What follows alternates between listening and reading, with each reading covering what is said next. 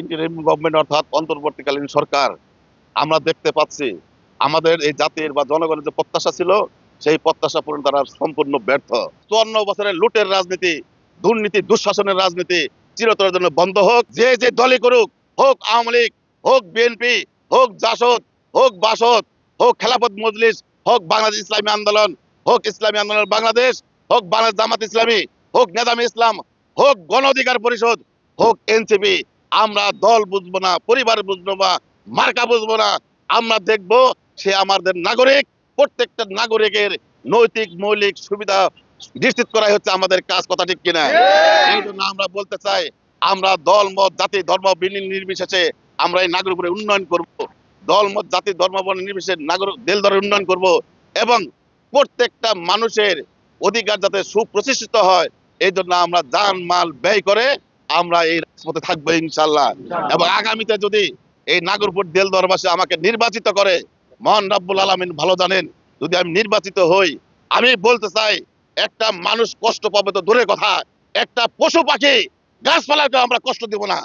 এবং আমরা আমাদের জান মাল অর্থ ব্যয় করে আমরা এই নাগরপুরের শান্তি বজায় রাখবো ইনশাল্লাহ।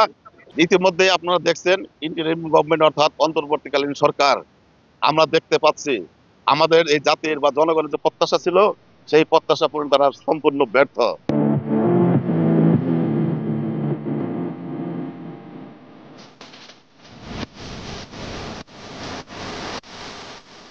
আপনারা জানেন আইন শৃঙ্খলা অবনতি সহ এবং অন্যান্য প্রশাসন সহ জনগণের কোনো অধিকার প্রতিষ্ঠা হয় নাই। কিন্তু আমরা শঙ্কায় আছে আগামী নির্বাচনে জনগণের যে প্রত্যাশা, জনগণের রায় ঠিক মতো প্রতিফলন হবে কিনা এটা আমরা শঙ্কায় আছি।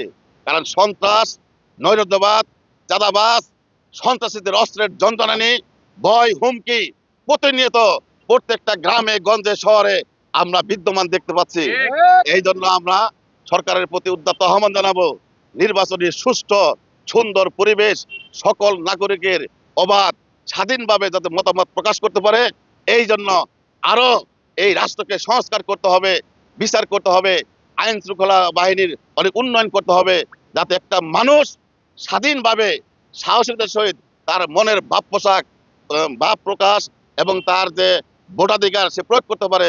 এই জন্য আমরা সংজ্ঞাবোধ করতেছি, এটা আমাদের সরকারের কাছে দাবি থাকবে ইনশাল্লাহ। সরকারের কাছে আমাদের প্রত্যাশা যে আপনারা বর্তমান যে দেশের পরিস্থিতি আপনারা ভালো করে পর্যবেক্ষণ করবেন এবং আপনারা অবগত আছেন।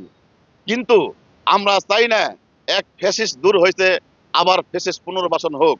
আমরা চাই 54 বছরের লুটের রাজনীতি, দুর্নীতি, দুঃশাসনের রাজনীতি চিরতরের জন্য বন্ধ হোক, ভালো মানুষের রাজনীতি প্রতিষ্ঠা হোক, আদর্শের রাজনীতি প্রতিষ্ঠা হোক, সকল মানুষের অধিকার প্রতিষ্ঠা হোক। সেইটা নিশ্চিত করার জন্য বর্তমান সরকারকে মানুষের প্রত্যাশা পূরণে এবং মানুষের অধিকার নিশ্চিতকরণে, মানুষের যে আকাঙ্ক্ষা আশা, যাকে ভোট দিবে সে যাতে নির্বাচিত হয় সেটা নিশ্চিত করাই হচ্ছে বর্তমান সরকারের কাছে আমাদের প্রত্যাশা। কিন্তু বর্তমান পরিস্থিতির মধ্যে আমরা দেখতে পাচ্ছি যে অবাধ সুষ্ঠু নির্বাচন হবে তার কোনো আশা ভরসা আমরা রাখতে পারতেছি না। কারণ আমরা দেখেছি প্রশাসন সহ বিভিন্ন জায়গায় আপনারাও দেখে থাকেন যে আজকে কি অবস্থা। এই জন্য আমরা চাই নিরপেক্ষ সুষ্ঠু অবাধ সুন্দর নির্বাচনের মাধ্যমে সুন্দর একটা আপনার দেশ গঠন হোক, সরকার গঠন হোক এবং ক্ষমতায় যেই যাক আমরা তাকেই এই দেশবাসী সাধুবাদ জানাবে ইনশাল্লাহ।